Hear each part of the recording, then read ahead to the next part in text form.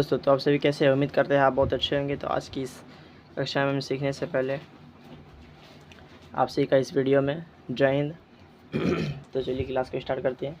तो प्रश्नावली 3.3 के कुछ प्रश्नों का, इसमें 2 प्रश्न है, इसके 2 प्रश्नों को हम अच्छी तरीके से हल करेंगे। तो आप अपने इस वीडियो में बने रहेंगे। तो चलिए इस क्लास को स्टार्ट करते हैं।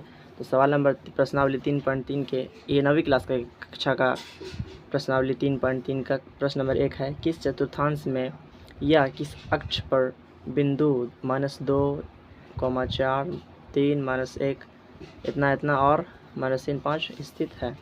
कार्तीय तल पर इनका स्थान निर्धारित करके अपने उत्तर स्थापित कीजिए। तो ये सवाल पहले देखिए क्या कह रहा है कि किसी चतुर्थांश में, ये क्या है? चतुर्थांश है, ठीक है। किसी अक्ष पर, किसी चतुर्थांश या अक्ष दोनों बात एक ही होता है, पर बिंदु -2, 4, तो पहले क्या लिखा जाएगा? पहले x अक्ष लिखा जाएगा, तब y अक्ष लिखा जाएगा। तो पहले x अक्ष क्या होगा? -2, फिर 4। तो देखिए इसको हम कैसे बनाते हैं, सवाल को अच्छी तरीके से समझिएगा।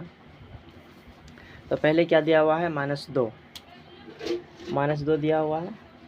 तो -2 x अक्ष को, ये क्या है? x अक्ष है, और ये क्या है? y अक्ष है। तो x अक्ष पे -2, ठीक है। फिर क्या कह रहा है? 4 कह रहा है। तो यहाँ 4, ये तो आपको पता चल गया कि ये आपको पता चल गया कि ये दूसरा अक्षांश है, और ये तीसरा, ये चौथा, और ये पहला है। तो -2 और फिर 4, तो पहले -2 हो गया यहाँ, फिर 4 है, फिर 4 है यहाँ पे, इधर से -2, यहाँ -2, फिर 4, इस तरीके से लिखेंगे। यहाँ बिंदु पड़ा, इस बिंदु को हम -2 और फिर 4 इस तरह से लिखेंगे। तो ये किस चतुर्थांश में पड़ा? दूसरे चतुर्थांश में। तो इसका आंसर क्या पड़ा? किसका आंसर क्या होगा?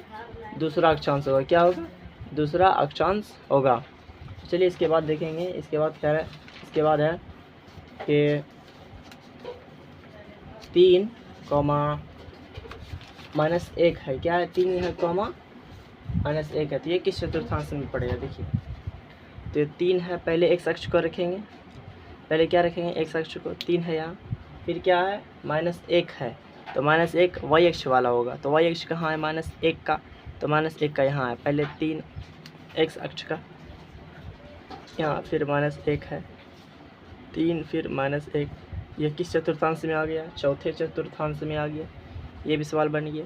अब देखेंगे इसके बाद कि -1, 0 है। तो -1 पहले देखेंगे x अक्ष पे, x अक्ष पे -1 देखेंगे। तो -1 यहाँ हो गया, ये वाला। और y अक्ष पे क्या है? 0 है। y अक्ष क्या है? 0 है। तो y अक्ष कुछ भी नहीं है, y अक्ष कुछ है तो 0 है। तो ना इधर है ना इधर है, तो ये क्या हो गया? 0 हो गया। तो ये 0 पूरा 0 ही हो गया। सॉरी, x अक्ष पे -1 है, इस पे इसका 0 कहाँ है? यहाँ 0 है। तो क्या होगा? -1 का यहाँ होगा। इसको लिखेंगे -1, 0।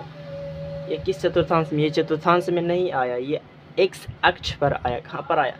x अक्ष पर आया। अब इसके बाद देखेंगे 1 और 2। तो पहले 1 है, तो 1 कहाँ आएगा? x अक्ष पे आएगा, यहाँ आएगा, ये इस पे आएगा, ठीक है। इस वाले पर आएगा 1। फिर क्या कह रहा? 2 आएगा। तो 2 किस पे? y अक्ष पे। तो 1 यहाँ, फिर 2 यहाँ, 1 के सीधा, फिर इधर से 2।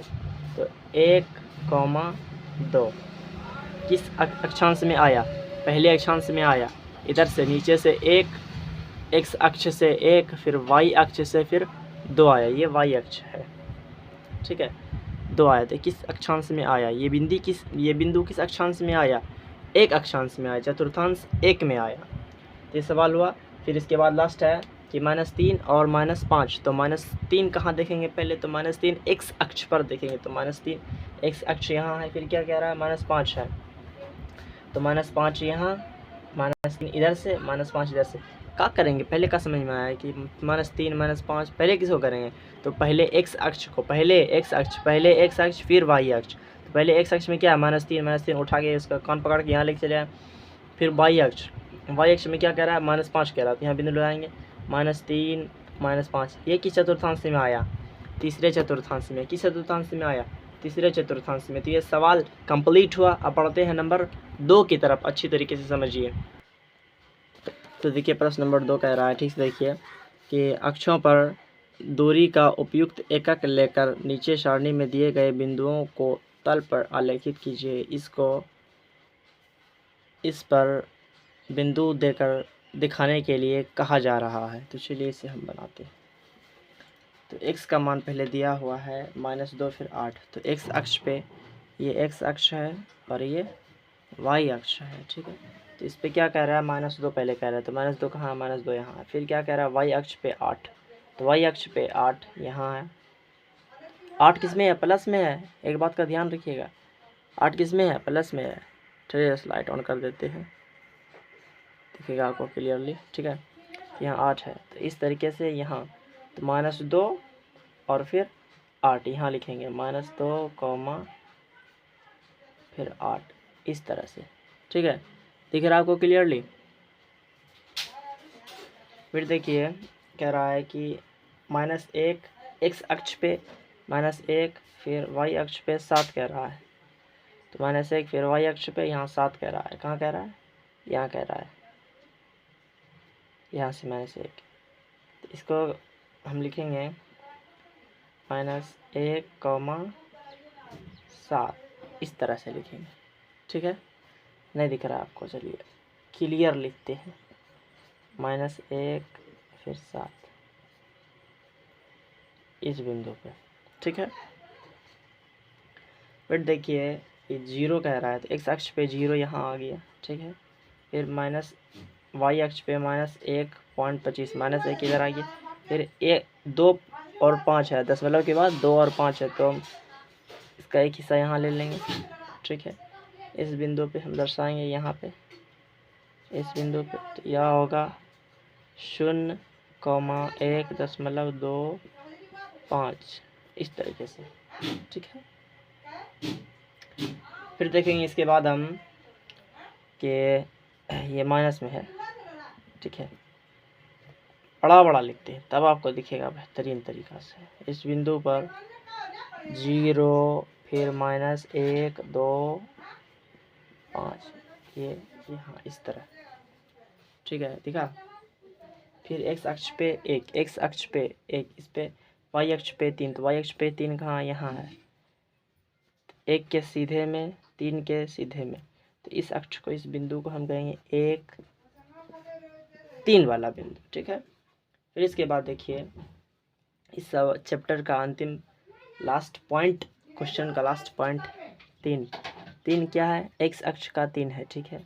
फिर -1 y अक्ष का है। तो यहाँ होगा 3, -1 इस तरह ये सवाल बनकर पूरे चैप्टर का कंप्लीट बनता है। तो किसी तरीके की आपको परेशानी होती है, किसी तरीके की आपको समझने में कठिनाइयों का सामना करना पड़ता है, तो आप कमेंट कीजिए। हम उस सवाल का साधारण सा, आसान सा, एकदम हौले तरीके से उस प्रश्न को हम सुलझा करके आपको एक वीडियो प्रदान करेंगे। तो चलिए आज की इस वीडियो में इतना ही, मिलते हैं अगली क्लास में। जय हिंद।